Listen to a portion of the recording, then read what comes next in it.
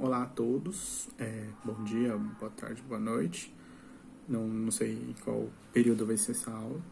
Meu nome é Rafael, eu sou mestrando do programa de Psicobiologia da Universidade Federal de São Paulo, a Unifesp. Sou psicólogo formado também. Meu trabalho é sobre a cognição social em pacientes que possuem uma síndrome genética que predispõe à esquizofrenia. Então, eu faço meio que uma conversa entre a neurociência, a genética e a psiquiatria. E me pediram para conversar um pouco, né, para falar um pouco sobre como é que é a minha atuação em pesquisa. E me deram algumas questões norteadoras, eu vou seguir por elas para o vídeo não ficar muito extenso, porque se deixar eu falo sem parar, né? Bom, primeira questão é em relação às minhas funções ou responsabilidades. Em termos de responsabilidade, eu acho que quando a gente fala em pesquisa, né, a gente não tem uma função, uma profissão no Brasil que chama pesquisador, né? Não existe essa carteira assinada.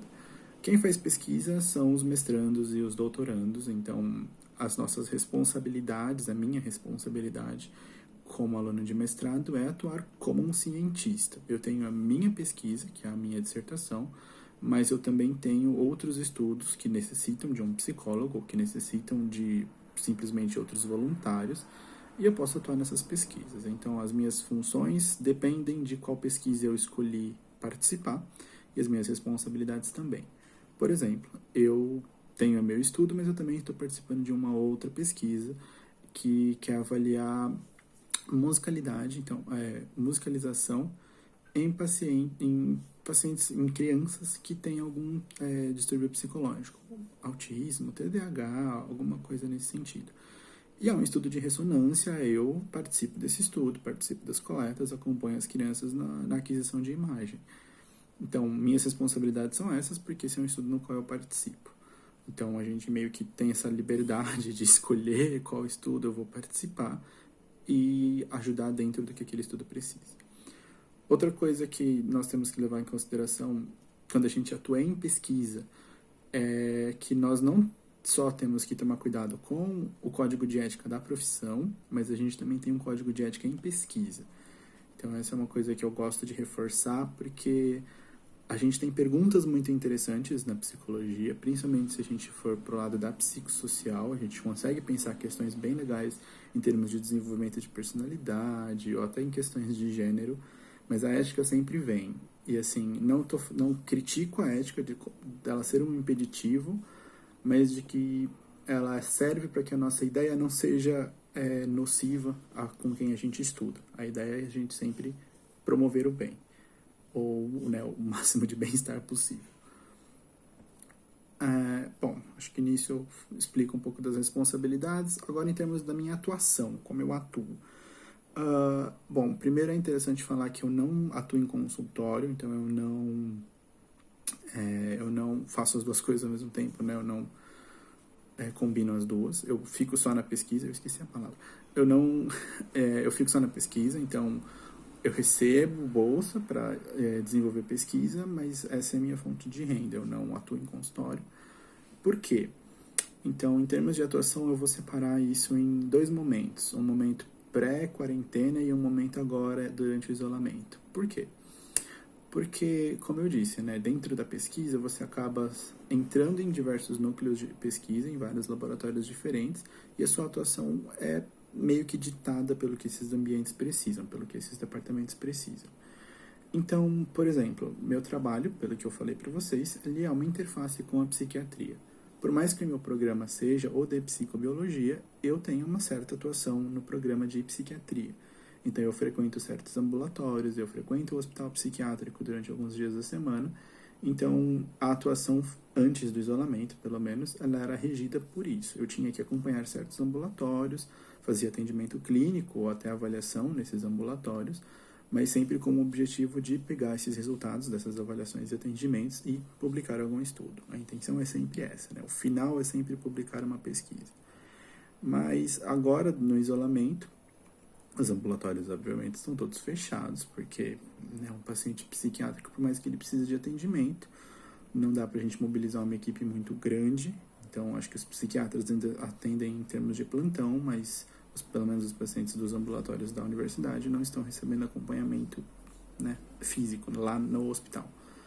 Então agora o trabalho está sendo mais acadêmico, em termos de bolar projetos de pesquisa que possam ser feitos remotamente, então por meio de questionários digitais, ou entrevistas que possam ser feitas, quais são as teorias que embasam esses estudos, até porque o Comitê de Ética está priorizando estudos nesse sentido, e é muito importante a gente saber de como é que o ser humano reage ao isolamento, né? Tem muitos estudos sobre solidão que já discutem isso, e principalmente o que a gente pode fazer, se tem como a gente já criar uma estratégia para quando esse isolamento acabar, né? Porque espero que acabe, talvez não tão cedo quanto a gente gostaria, mas eventualmente vai acabar.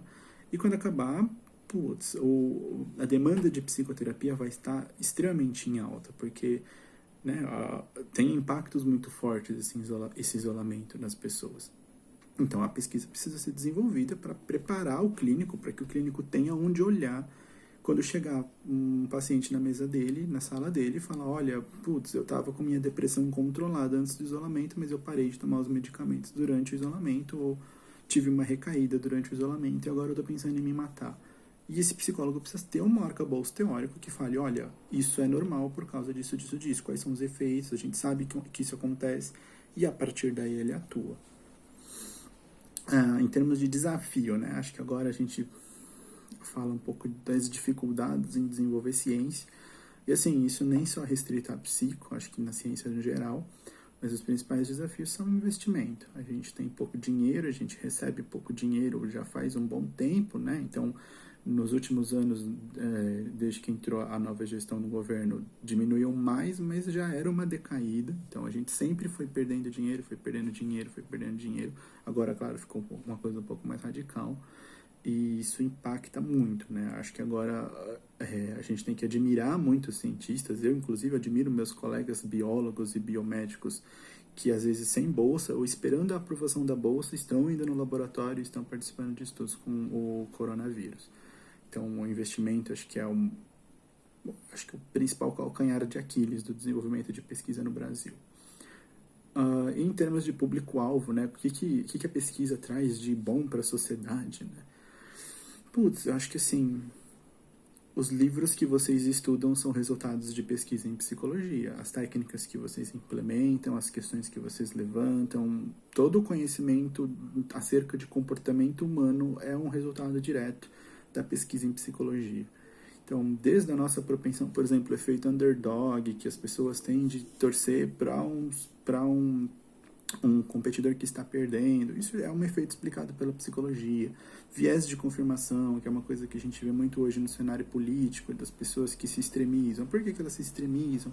Porque elas têm um viés cognitivo, elas procuram informações que estão alinhadas com as crenças delas, então a crença dela fica mais solidificada. Toda a visão em termos humanitários e de sociedade dependem da ciência psicológica, de uma ciência psicológica bem feita.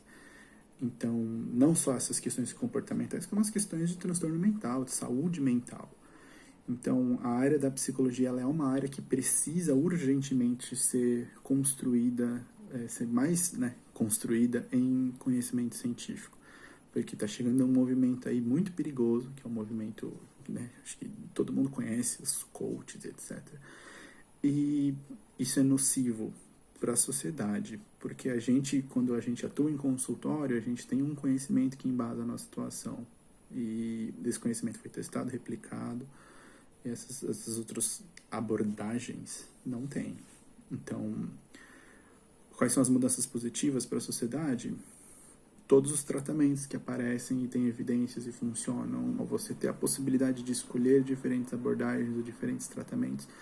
Essa é a mudança positiva da pesquisa em psicologia, é garantir que o que está sendo feito no consultório, ou nas empresas, ou nas escolas, realmente funciona.